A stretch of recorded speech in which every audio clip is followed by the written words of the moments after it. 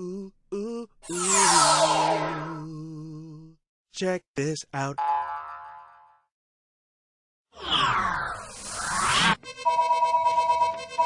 Oh.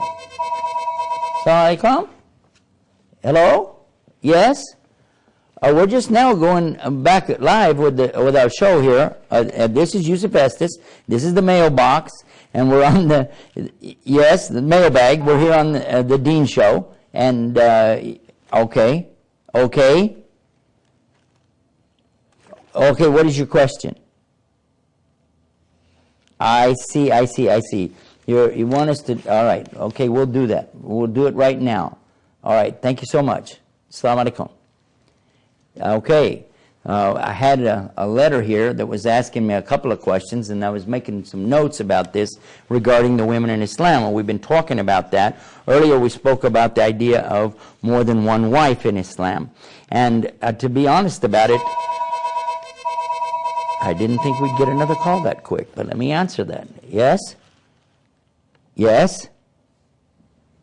Assalamu alaikum, yes. You're calling live. Okay?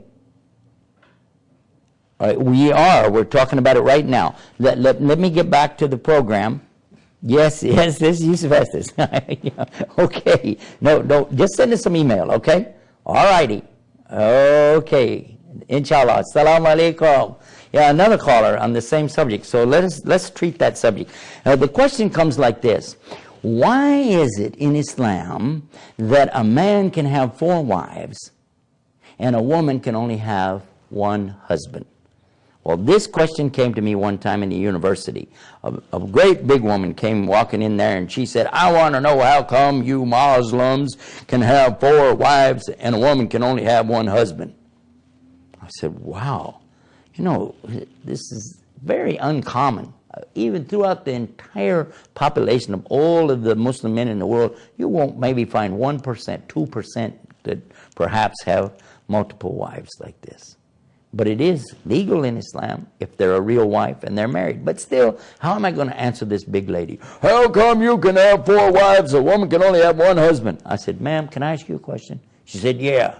I said, are you married? Yeah. So what? I said, okay, do you mind just for a minute? I want you to picture your husband. Why? I said, just think about him for a minute. Picture your husband in your mind. She said, okay.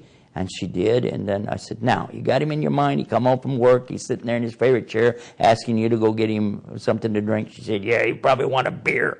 I said, okay, but anyway, now, you got this in your mind. Yeah. I said, would you like to have another husband just like him? She said, oh, my God, no. I said, well, then what do you want 4? But to understand, this is not about some kind of, sexual thing that people have going on in their minds, some kind of wild fantasies. This is about being responsible in marriage for your family. So if a man has more than 1 wife, he's responsible, fully responsible for the second wife, just like the first, to have a house, transportation, education, medical benefits, food, clothing, all the things that he has for one family, he must provide for the other. That's an order in Islam. Otherwise, you can only have 1 wife. And as I've already said, most Muslims don't. But for sure in Islam, boyfriend, girlfriend is not permitted. There's no limit in most societies on how many girlfriends a man can have, or boyfriends for that matter now. But in Islam, it's very clear. There is no sexual relation without marriage. And then when there is marriage, there's no sexual relationship outside of marriage. So this is one of the things that's key to understand. Then if there's going to be a relation, it's going to be a legitimate, recognized, and supported relationship, so that any children coming from this will have a father, they'll have the father's name, they will have the father's benefit of any education that he's providing for one group of children, he has to provide for the others. So we understand here that this is something good. This is something fair. In a world that we live in today, with such chaos and so many awful situations going on, children being abandoned in the streets and crime everywhere, and the things that we see, much of this could be avoided if what? If the children had good parents taking care of them. If they had a mother and a father who raised them up in a caring home instead of a child telling you, I don't know who my father is. And how about this? I met one, he said that he didn't know who his father was. He said, and my mother didn't know who her father was. Now, what kind of society is this? Islam does not tolerate that. If there's going to be a relationship, it will be an ordained, sanctioned, and contractual relationship where both parties are taking benefit and not one over the other. This is very important to understand in Islam.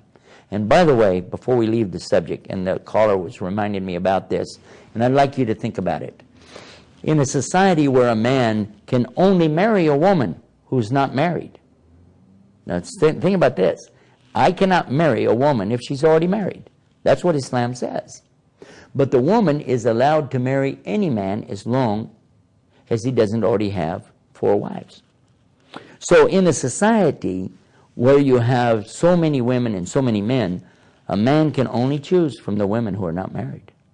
But the woman is free to choose from any of the men as long as he doesn't have 4. And she can observe how he treats the other woman and know, hey, he's got to treat me the same way. And if he doesn't, he's in big trouble. These are some of the things in the Muslim society that perhaps you didn't know.